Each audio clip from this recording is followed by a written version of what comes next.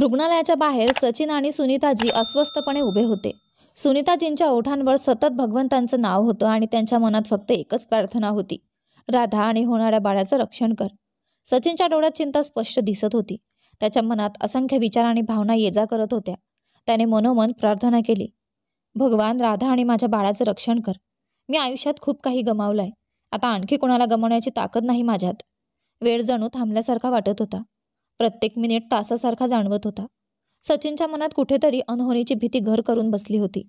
त्याच्या शेजारी उभ्या असलेल्या सुनीताजींनी हलकेच त्याच्या खांद्यावर हात ठेवला आणि मायेने म्हणाल्या, सगळं ठीक होईल बेटा, भगवंतांवर विश्वास ठेव. थोड्या वेळाने डॉक्टर साहेब आले आणि हसत म्हणाले, घाबरण्याची काही गरज नाही. राधा आणि बाळ दोघेही सुखरूप आहेत. तिने एका गोंडस मुलाला जन्म दिला आहे. हे ऐकताच सुनीताजींच्या चेहऱ्यावर आनंदाची चमक उमटली आणि सचिनच्या डोळ्यातही दिलासा दिसला. सुनीताजींनी देवाचे आभार मानले आणि सचिनने लगेच डॉक्टरांना विचारले, मी राधाला भेटू शकतो का? डॉक्टरांनी हसतच उत्तर दिलं, सध्या ती बेशुद्ध आहे. जेव्हा तिला शुद्ध येईल तेव्हा तुम्ही भेटू शकता. काही वेळाने डॉक्टरांनी नवजात बाळ सचिनच्या हातात दिला. सचिनने बाळाला आपल्या कुशीत घेतलं आणि एका विलक्षण आनंदाने भारावून गेला. त्याच्या चेहऱ्यावर अशी चमक होती जी याआधी कधीच दिसली नव्हती. त्याने प्रेमाने बाळाकडे पाहिलं आणि मग काचेपलीकडे बेशुद्ध पडलेल्या राधाकडे पाहिलं. त्याच्या मनात विचार उमटला, राधा, तू आमच्या घराचा चिराग दिलास. मी कधीही तुझ्या आयुष्यात अंधार येऊ देणार नाही. आपलं नातं जरी एका समझोत्यातून सुरू झालं असलं तरी आता तू या घराचा आणि माझ्या आयुष्याचा अविभाज्य भाग झाली आहेस. बाळ खूप वेळ रडत होता. त्यामुळे सुनीताजी चिंताग्रस्त झाल्या. त्यांनी डॉक्टरांना विचारले, बाळ इतका अस्वस्थ का आहे? काही त्रास होतोय का त्याला? डॉक्टर हसत म्हणाले, कदाचित त्याला भूक लागली असेल. तेव्हाच राधाला हळूहळू शुद्ध येऊ लागली. तिने सावकाश डोळे उघडले आणि खोलीभर नजर फिरवली. पण जशीच तिची नजर रिकाम्या झोक्यावर पडली, तिच्या काळजाचा ठोका चुकला. तिच्या चेहऱ्यावर भीतीची छटा उमटली. माझं बाळ कुठं आहे? ती घाबरून म्हणाली आणि मोठ्या आवाजात सगळ्यांना हाक मारू लागली. राधाची घाबरलेली अवस्था पाहून सचिन धावतच खोलीत आला आणि तिला शांत करण्याचा प्रयत्न करू लागला. माझं बाळ? त्यांनी त्याला नेले? जेव्हा ते मला मारू शकले नाहीत तेव्हा त्यांनी सूड उगवण्यासाठी माझ्या बाळाला नेले. त्याला वाचवा सचिन, ते त्याला मारून टाकतील. राधा रडत रडत एका श्वासात बोलत होती. सचिनने तिला घट्ट मिठी मारली आणि हलक्या आवाजात म्हणाला, शांत हो राधा, बाळ सुरक्षित आहे. तो आपल्या जवळच आहे. कोणीही त्याला कुठेही नेले नाही. तेव्हाच सुनीताजी खोलीत आल्या आणि हसत म्हणाल्या, बाळ आपल्या जवळच आहे राधा. डॉक्टरांनी तो आम्हाला दिला होता. हे ऐकताच राधाच्या चेहऱ्यावर थोडा दिलासा उमटला. तिने हलकेच सुस्कारा सोडला आणि सचिनच्या मिठीतून अलगद बाजूला झाली. मग सुनीताजींनी बाळ राधाच्या कुशीत दिलं. राधाने त्याला अलगद उचलून घेतलं आणि त्याच्या छोट्या डोळ्यांकडे पाहताच तिच्या डोळ्यात आनंदाश्रू उभे राहिले. तिने प्रेमाने बाळाच्या कपाळावर किस केले आणि त्याला आपल्या उराशी लावले. तिच्या डोळ्यात ममतेचा अथांग सागर उमटला. डॉक्टरने राधा आणि बाळाकडे पाहत हसतच म्हटले, राधाला पाहून तर कोणालाच वाटणार नाही की ती फक्त या बाळाची सरोगेट आई आहे. उलट ती तर खऱ्या आईसारखं त्याच्यावर माया करत आहे. डॉक्टरचे हे शब्द ऐकताच सचिन आणि राधाच्या चेहऱ्यावरचे हास्य एका क्षणात विरून गेले. सचिन थोडासा अस्वस्थ झाला आणि त्याचा हात हळूच राधाच्या जवळून मागे घेऊ लागला. दोघांनाही अचानक जाणीव झाली की त्यांचे नाते फक्त एका समझोत्यावर आधारलेलं होतं. हे बाळ जन्माला घालून राधाने ते सचिनच्या हवाली करून त्याच्या आयुष्यातून निघून जायचं होतं. राधाच्या मनात अचानक एक वेदना उठली. तिच्या डोळ्यांतून अश्रू वाहू लागले आणि त्या क्षणी तिच्या छातीमधून दूध वाहू लागलं. हे पाहून सुनीताजी सगळं समजून गेल्या. त्यांनी सचिनकडे पाहिलं आणि हळूच म्हणाल्या, सचिन, तू बाहेर जा. बाळाला भूक लागली आहे. बाळाला थोडा वेळ तिच्यासोबत राहू दे. सचिनने मान हलवली आणि तो हळूच खोलीबाहेर गेला. आता खोलीत फक्त राधा आणि तिचं बाळ होतं. तिने अलगद बाळाला आपल्या हातात घेतलं आणि त्याला दूध पाजू लागली. तिच्या डोळ्यांतून अश्रू वाहत होते आणि तिच्या मनात असंख्य विचार येत होते. मी याला कसं सोडू शकते? या बाळाला मी 9 महिने माझ्या पोटात वाढवलंय. प्रत्येक वेदना सहन केली आहे. माझं रक्त, माझं प्रेम, माझं सगळं काही दिलंय. आता मी याला माझ्या आयुष्यातून कशी दूर करू? या काही क्षणांतच राधाची ममता पूर्णपणे जागृत झाली होती. तिला जाणवत होतं की हे बाळ आता तिच्या जीवनाचा अविभाज्य भाग बनलंय. ते सचिनच्या हवाली करून निघून जाणं तिच्यासाठी अशक्य होतं. तिच्या डोळ्यात भावनांचा महापूर उसळला. तिने बाळाच्या छोट्याशा डोक्यावरून हात फिरवला आणि त्याच्या गोंडस हास्याकडे पाहत मनाशी एक निश्चय केला, मी हे बाळ कधीही सोडू शकत नाही. आता ते माझ्या हृदयाचा एक भाग झाला आहे. तिच्या मनात असंख्य प्रश्न फिरू लागले. मी सचिन आणि या कुटुंबाच्या अपेक्षांपासून पळ काढू शकते का? हे बाळ माझ्यापासून दूर होऊ शकतं का? ती गोंधळून गेली होती. तिला जाणवलं की तिचं आणि बाळाचं नातं आता इतकं घट्ट झालंय की त्याला तोडणं केवळ अशक्य होतं. राधा आपल्या नवजात मुलाला कुशीत घेऊन बसली होती. बाळाच्या चेहऱ्यावर निरागसता होती आणि त्याच्या नाजूक स्मित हास्यावर नजर पडताच राधाच्या डोळ्यांतून अश्रू ओघळले. ती त्याच्या छोट्याशा हातांना आणि पायांना हळूवार स्पर्श करत होती. तिच्या हृदयात हे क्षण कायमचे कोरले जात होते. मी याला स्वतःपासून दूर कशी करू शकते? हा विचार मनात येताच तिच्या मनात वेदनेची लाट उसळली. बाळाने दूध पिऊन एक गोड स्मित केलं आणि हलक्या आवाजात काहीतरी बडबड केली. हे पाहून राधाच्या डोळ्यांतून अश्रूंची धार वाहू लागली. तिच्या मनात एकच प्रश्न गोंगावत होता. मी खरंच या बाळाला स्वतःपासून वेगळं करू शकते का? आणि जर तसं केलंच तर मी या दुःखासोबत जगू शकते का? ती जाणून होती की हे बाळ तिच्या जबाबदारीचा भाग नव्हतं. हे फक्त एक सौदा होता, एक समझोता, ज्या अंतर्गत तिने बाळ जन्माला घालण्याचा निर्णय घेतला होता. तिने हा करार केवळ तिच्या बहिणीच्या जीवनासाठी केला होता. पण आता या बाळाच्या निरागस चेहऱ्याकडे पाहून तिला जाणवत होतं की या करारातून माघार घेणं तिच्यासाठी अशक्य आहे. हा विचार तिला अस्वस्थ करू लागला. तेव्हाच सुनीताजी खोलीत आल्या आणि त्यांनी पाहिलं की बाळ राधाच्या कुशीत हसत होतं. त्या क्षणीच त्यांना समजलं की या बाळाला त्याच्या आईची गरज आहे. त्यांनी राधाच्या जवळ जाऊन तिच्या खांद्यावर हलकासा हात ठेवला आणि प्रेमाने म्हणाल्या, राधा, काळजी करू नकोस. बाळाला अजूनही आईची गरज आहे. तू जर इच्छुक असशील तर काही महिने त्याच्यासोबत राहू शकतेस. हे ऐकून राधाच्या चेहऱ्यावर एक क्षणभर आनंदाची झलक उमटली. तिला जाणवलं की कदाचित तिला आपल्या बाळासोबत काही वेळ घालवण्याची संधी मिळणार आहे. पण त्याच वेळी तिला डेव्हिडची आठवण झाली. शक्यतो डेव्हिड माझ्या परत येण्याची वाट पाहत असेल, असा विचार मनात येताच ती पुन्हा गोंधळून गेली. तिच्या मनात विचार आला की जसेच तिला वेळ मिळेल ती डेव्हिडला कॉल करून त्याच्याशी बोलेल आणि त्याला समजावण्याचा प्रयत्न करेल की तिची ममता तिला या बाळापासून दूर जाऊ देत नाही. कदाचित डेव्हिड तिच्या या भावना समजू शकेल आणि तिच्या मनातील गोंधळ दूर करू शकेल. थोड्या वेळाने सचिनने खोलीच्या दरवाजावर हलकीशी टकटक केली आणि आत आला. राधा, सुनीताजी आणि बाळ खोलीत होते आणि आनंदाने बाळासोबत खेळत होते. सचिन हसत म्हणाला, आई, मी डॉक्टरांना भेटून येतो. राधा आणि बाळासाठी जे काही आवश्यक आहे त्याची माहिती घेऊन लवकरच डिस्चार्जसाठी तयारी करू. इथे हॉस्पिटलमध्ये पोलीस संरक्षण आहे, पण तरीही मी कोणताही धोका पत्करू इच्छित नाही. सचिनचे हे शब्द ऐकताच राधाच्या चेहऱ्यावर भीतीचे सावट उमटले. तिने हळू आवाजात विचारलं, आपले म्हणजे तुमच्या आणि बाळाचे अजूनही पूर्ण संरक्षण झालेले नाही का? तिने हलक्याने सचिनकडे पाहिले, जणू आपल्या भावनांना लपवायचा प्रयत्न करत होती. सचिनने तिच्या काळजीला समजून घेत हळूवार स्वरात उत्तर दिले, आम्ही प्रयत्न करत आहोत की नवीनला लवकरात लवकर पकडावे. तो पुन्हा आमच्या आयुष्यात अडथळे आणत आहे. पण मी सगळं सांभाळेन, तू चिंता करू नकोस. तेव्हाच एक नर्स खोलीत आली आणि राधाकडे पाहत म्हणाली, तुम्हाला आता आराम करायला हवं राधाजी. तुमच्या औषध घेण्याची वेळ झाली आहे आणि तुम्हाला थोडी विश्रांतीची गरज आहे. सचिन आणि सुनीताजींनीही राधाला औषध घेण्यास सांगितले आणि मग सर्वजण खोलीबाहेर गेले, जेणेकरून तिला विश्रांती मिळू शकेल. सचिन डॉक्टरांच्या कॅबिनकडे जात असताना त्याच्या मनात चिंता आणि अस्वस्थता होती. तो बाळ आणि राधाच्या सुरक्षिततेबद्दल सतत विचार करत होता. डॉक्टरांना भेटताच त्याने विचारले, डॉक्टर साहेब, राधा आणि बाळाची प्रकृती कशी आहे? त्यांना कधी डिस्चार्ज देता येईल? डॉक्टरांनी असंच उत्तर दिले, सचिनजी, राधा आणि बाळ दोघेही ठणठणीत आहेत. त्यांना फक्त थोड्या विश्रांतीची आणि देखरेखीची गरज आहे. पुढील काही दिवस आम्ही त्यांची निगराणी ठेवू आणि मग डिस्चार्जबाबत कळवू. तुम्ही काळजी करू नका, सर्व काही व्यवस्थित आहे. हे ऐकून सचिनने थोडा दिलासा घेतला, पण त्याच्या मनातून नवीनच्या धोक्याची भावना काही केल्या जात नव्हती. त्याने डॉक्टरांकडे पाहत गंभीर आवाजात म्हणाला, डॉक्टर साहेब, मी काही अतिरिक्त सुरक्षेची व्यवस्था करू इच्छितो. हॉस्पिटलमध्ये पोलीस संरक्षण आहे, पण मी कोणताही धोका पत्करू इच्छित नाही. नवीन नावाचा एक व्यक्ती आमच्या आयुष्यात वारंवार अडचणी निर्माण करत आहे आणि त्याने आम्हाला पुन्हा त्रास देण्याचा प्रयत्न केला तर? डॉक्टरांनी त्यांच्या शब्दांचे गांभीर्य ओळखून आश्वस्त केले, तुम्ही निश्चिंत राहा. आम्ही सुरक्षेची संपूर्ण काळजी घेऊ. तुमच्या काळजीला समजून घेत आम्ही रुग्णालयाच्या सुरक्षा व्यवस्थेत अधिक खबरदारी घेऊ. याच वेळी एक दुसरी नर्स डॉक्टरांकडे आली आणि म्हणाली, डॉक्टर साहेब, राधाजींच्या औषधांचा वेळ झालाय. कृपया तुम्ही ते तपासून पहा. हे ऐकताच सचिन दचकला. त्याने नर्सकडे पाहत विचारले, आत्ता त्यांचा औषध घेण्याचा वेळ आहे? नर्सने हळूच मान हलवली आणि उत्तर दिले, होय, राधाजींच्या औषधांची वेळ आत्ताच आहे. मी त्यांना औषध देण्यासाठी जात होते. हे ऐकताच सचिनच्या डोळ्यात शंका आणि भीती उमटली. त्याने गंभीर आवाजात विचारले, जर आत्ताच औषधांचा वेळ झाला असेल तर काही वेळापूर्वी आलेली ती नर्स कोण होती जी राधाला औषध देण्यासाठी आली होती? हे ऐकताच नर्सही आश्चर्यचकित झाली. तिने गोंधळून उत्तर दिले, माझी शिफ्ट सुरू असल्याने मीच ड्युटीवर आहे. जर कोणीतरी नर्स म्हणून आत गेले असेल तर ते मोठं संकट असू शकतं.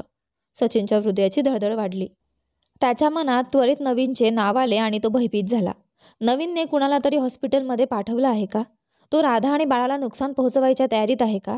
या विचारांनी त्याच्या मनात एकच घबराट पसरली. तो ताबडतोब दरवाजाच्या दिशेने धावला. डॉक्टरांचे पुढचे शब्द न ऐकताच त्याने वेगाने दरवाजा उघडला आणि राधाच्या खोलीकडे धावू लागला. त्याच्या मनात असंख्य विचार उमटत होते. नवीन काहीही करू शकतो आणि माझ्या कुटुंबावर मोठे संकट येऊ शकतं. सचिन धावत असताना त्याच्या मनात एकच विचार येत होता. मी राधा आणि या बाळाच्या सुरक्षिततेचे वचन दिले आहे आणि ते कोणत्याही परिस्थितीत मोडू देणार नाही. नवीनला धडा शिकवायलाच लागेल.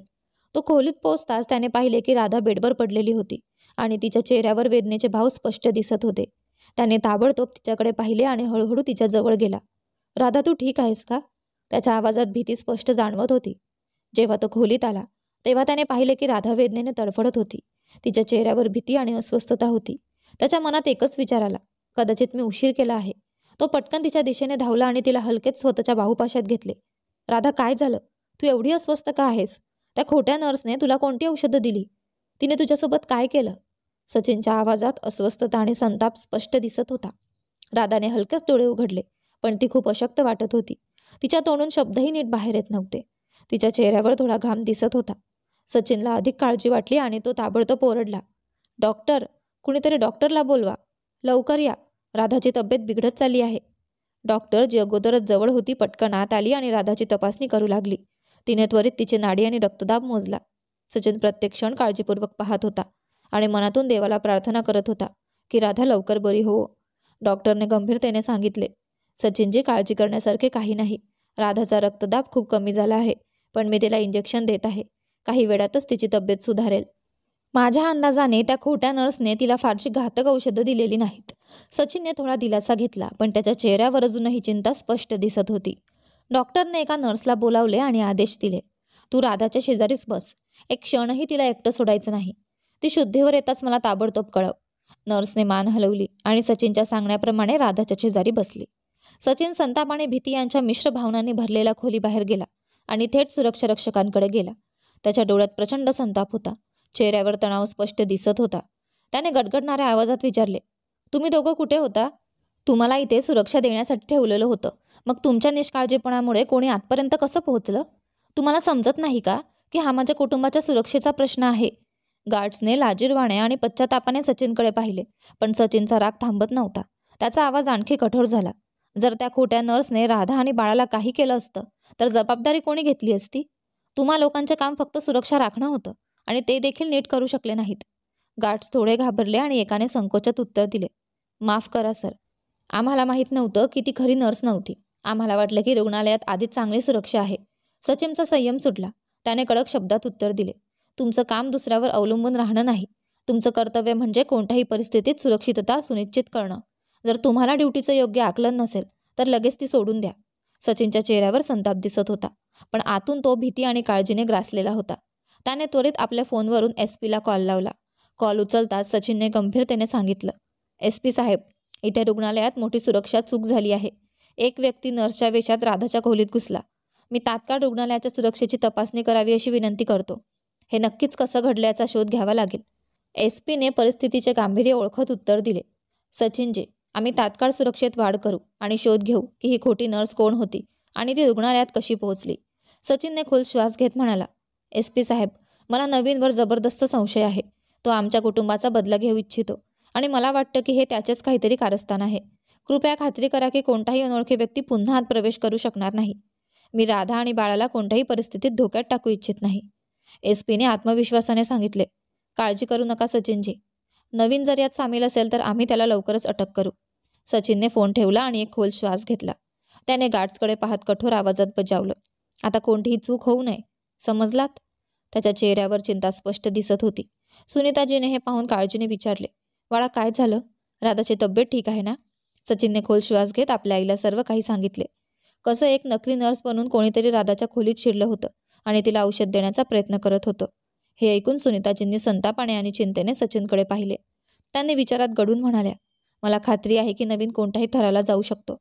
तो आपल्याला त्रास देण्यासाठी कोणतीही मर्यादा ओलांडू शकतो. कदाचित त्याने कोणाला तरी इथपर्यंत पाठवलं असेल.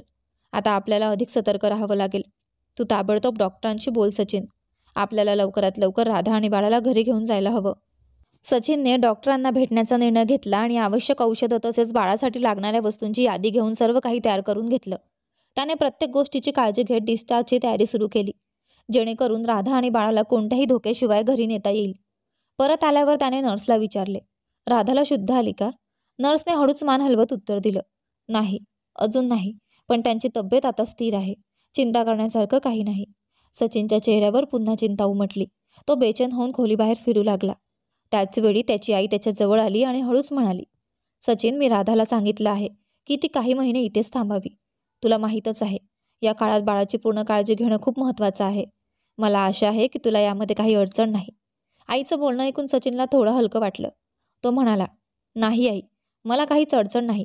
माझ्या बाळाला जे काही हवं असेल ते मी त्याला नक्की देईन.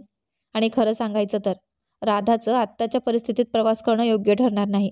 तिला इथेच आपल्यासोबत राहून आराम करावा लागेल. सुनीताजींनी आपल्या मुलाच्या या भावनाशील शब्दांनी भारावून जात त्याच्या खांद्यावर प्रेमाने हात ठेवला. सचिनने त्यांच्या दिशेने पाहिलं आणि हलकंसं हसत मान हलवली. जणू काही त्यालाही या निर्णयाने आनंद झाला होता.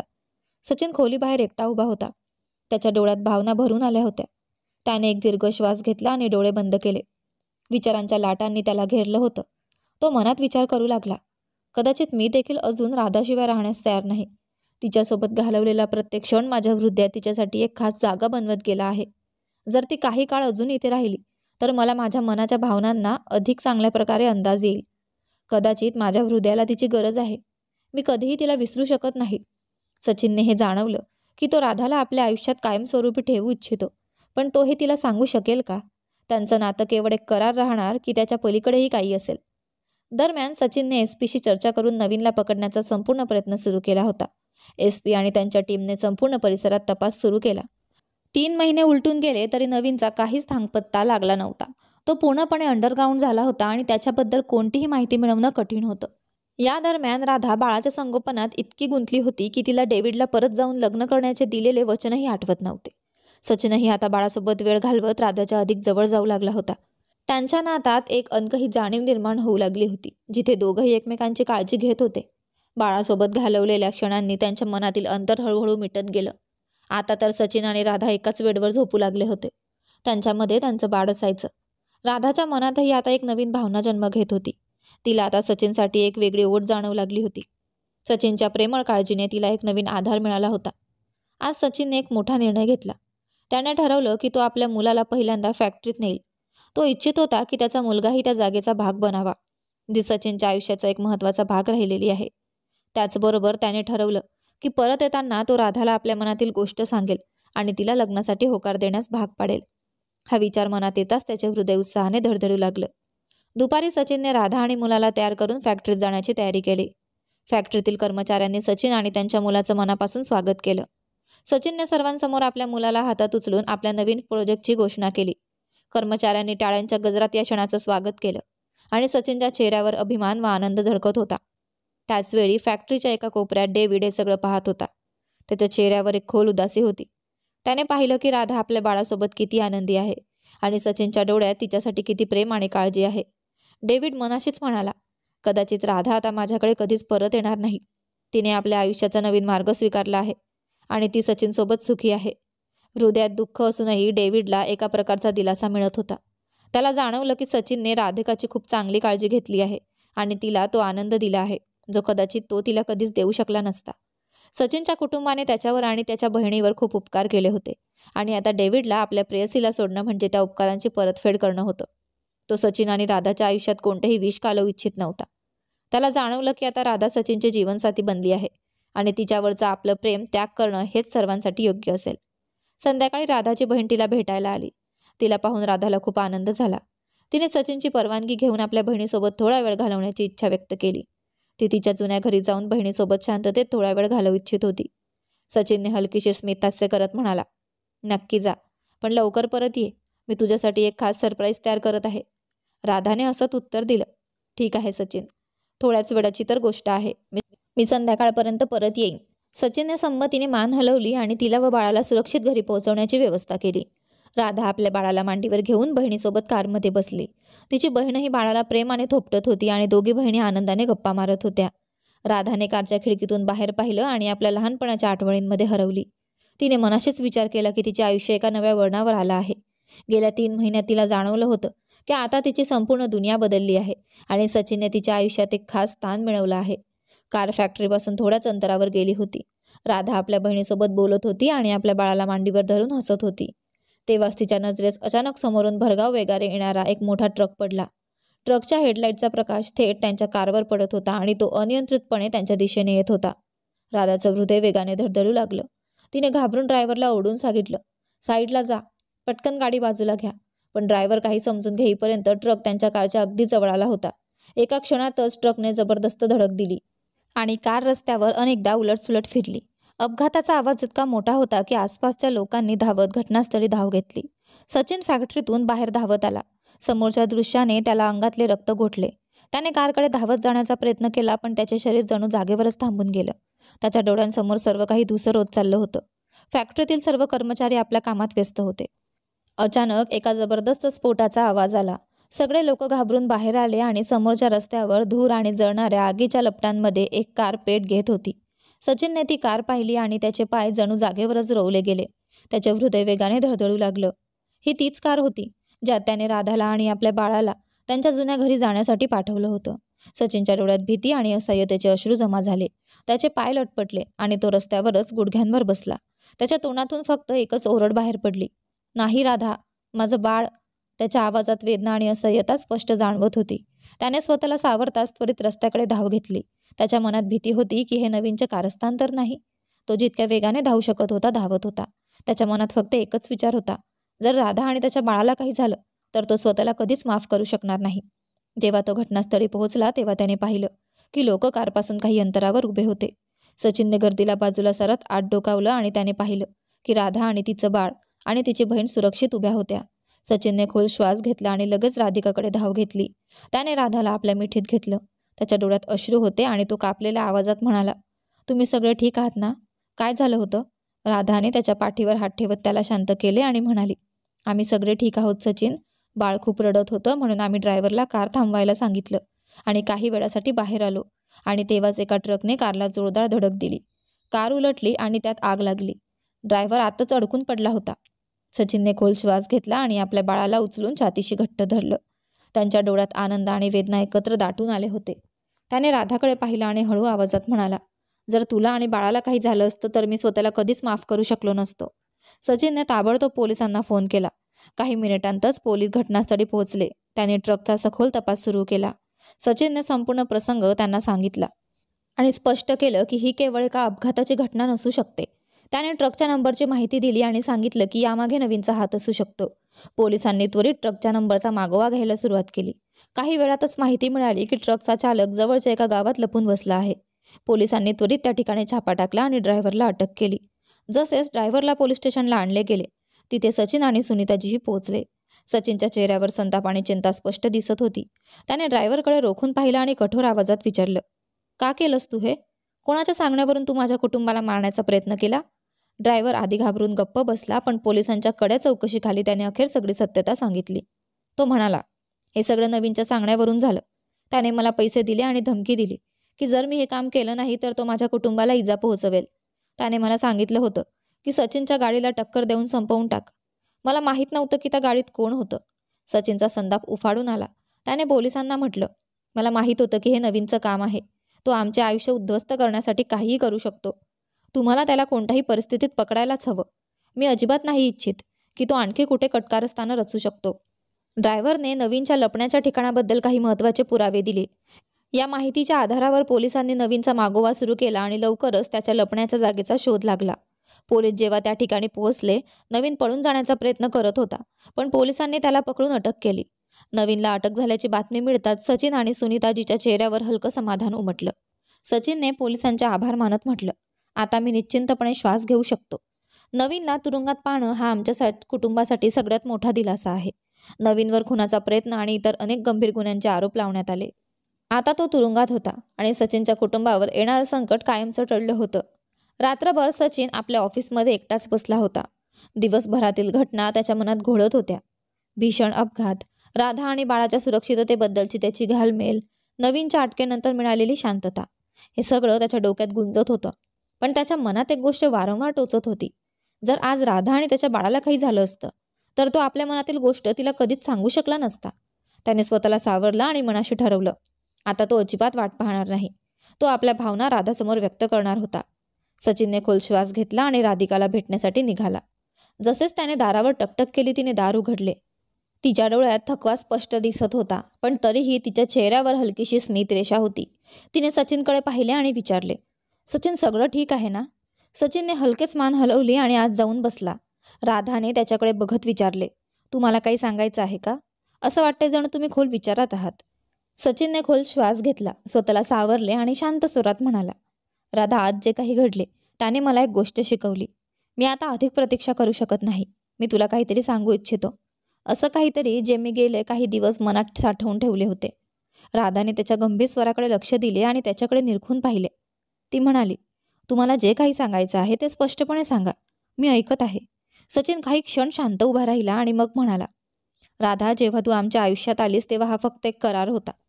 मला आणि अनुला फक्त एक मूल हवं होतं आणि तू आम्हाला ती आनंदाची भेट दिलीस. पण जेव्हा अनु या जगातून निघून गेली तेव्हा हा करार हळूहळू बदलत गेला. तुझ्यासोबत घालवलेला प्रत्येक क्षण मला आठवू लागला की तू माझ्या आयुष्यात किती महत्त्वाची आहेस. राधाच्या डोळ्यात हलकीशी नमी दिसू लागली. सचिनने आपल्या खुर्चीतून उठत पुढे जात म्हणाला, आज जेव्हा तुझ्या आणि आपल्या बाळाच्या जीवाला धोका निर्माण झाला तेव्हा मला कळालं की मी तुझ्याशिवाय जगू शकत नाही. मी खूप वेळ घेतला माझ्या मनातील गोष्ट सांगायला आणि हीच माझी चूक होती. जर आज काही घडलं असतं तर माझ्या मनातील गोष्ट कायम माझ्याच हृदयात राहिली असती. म्हणून मी तुला विचारू इच्छितो, राधा, तू माझ्याशी लग्न करशील का? तू या नात्याला एक नाव देण्यास तयार आहेस का? राधाने सचिनच्या डोळ्यात पाहिलं. त्याच्या डोळ्यात फक्त सत्य आणि प्रेम होतं. तिने हलकेच नजर खाली झुकवली आणि काही क्षण शांत राहिली. सचिनच्या हृदयाचे ठोके वाढले. त्याला वाटले जणू काळच थांबला आहे. काही वेळानंतर राधाने नजर वर केली. तिच्या डोळ्यात अश्रू होते, पण तिच्या चेहऱ्यावर एक मंद स्मित उमटले. ती हळू आवाजात म्हणाली, होय सचिन, मी तुझ्याशी लग्न करायला तयार आहे.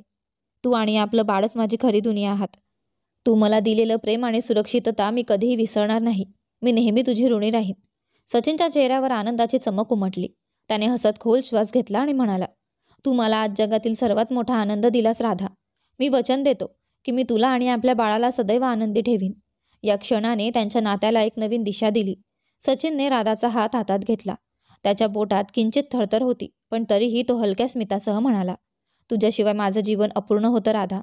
आता मात्र तुझ्यासोबत मी प्रत्येक जबाबदारी आणि माझा प्रत्येक आनंद सांभाळायला पूर्णपणे तयार आहे. सचिनने बाळाकडे पाहिले, जो गादीवर गोड झोपला होता.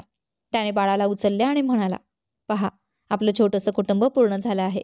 तू मला नवं आयुष्य दिलं आहेस, त्याबद्दल मी तुझा सदैव ऋणी राहीन. राधाने हसत बाळाच्या कपाळावर हलकं चुंबन घेतलं आणि म्हणाली, हे सगळं देवाने ठरवलेलं आहे.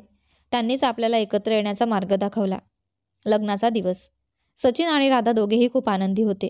त्यांचे कुटुंबीय आणि जवळचे मित्र या मंगल क्षणाला उपस्थित होते आणि त्याचवेळी डेव्हिडही या लग्नाला हजर होता.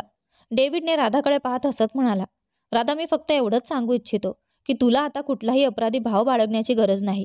मी खूप आधीच मान्य केलं होतं की आपल्या भविष्यात काहीही होणार नाही. सचिन तुझ्यासाठी आणि तुझ्या बाळासाठी योग्य व्यक्ती आहे. तुझ्या मनाने घेतलेला निर्णय चुकीचा नव्हता. तुला गमावल्याचं दुःख जरी आहे तरी तुला आनंदी पाहून मला समाधान वाटतंय. डेव्हिडच्या या शब्दांनी राधाच्या मनावरचं ओझं हलकं झालं. तिने कृतज्ञतेने डेव्हिडकडे पाहिले आणि म्हणाली, डेव्हिड, मी तुझी नेहमी ऋणी राहीन. तू मला समजून घेतलंस आणि माझ्या निर्णयाचा सन्मान केलास. हे माझ्यासाठी फार मोठी गोष्ट आहे. डेव्हिड हसत म्हणाला, तू आनंदी राहा, हेच माझ्यासाठी सर्वात महत्त्वाचं आहे. एक नवीन सुरुवात. लग्नानंतर सचिन आणि राधाने त्यांच्या आयुष्याची एक नवीन सुरुवात केली. त्यांच्यातील नातं आता केवळ एक करार नव्हता, तर प्रेम आणि विश्वासाने भरलेलं एक सुंदर नातं होतं. सचिनने दिलेल्या वचनानुसार तो राधाला आणि त्यांच्या बाळाला एक आनंदी आयुष्य देण्यासाठी पूर्ण प्रयत्न करत होता. आणि डेव्हिडनेही आपल्या आयुष्यात पुढे जाण्याचा निर्णय घेतला आणि त्याने राधाच्या बहिणीसोबत एक नवी सुरुवात केली. अशा प्रकारे माझ्या बाळाची आई ही कथा आपली आज इथे संपली आहे. आशा आहे की तुम्हाला ही कथा आवडली असेल. कथा आवडली असेल तर व्हिडिओला लाईक करा. तुम्ही चॅनलवर नवीन असाल तर चॅनलला सबस्क्राईब करा. कथा कशी वाटली ते कमेंट करून सांगा. धन्यवाद.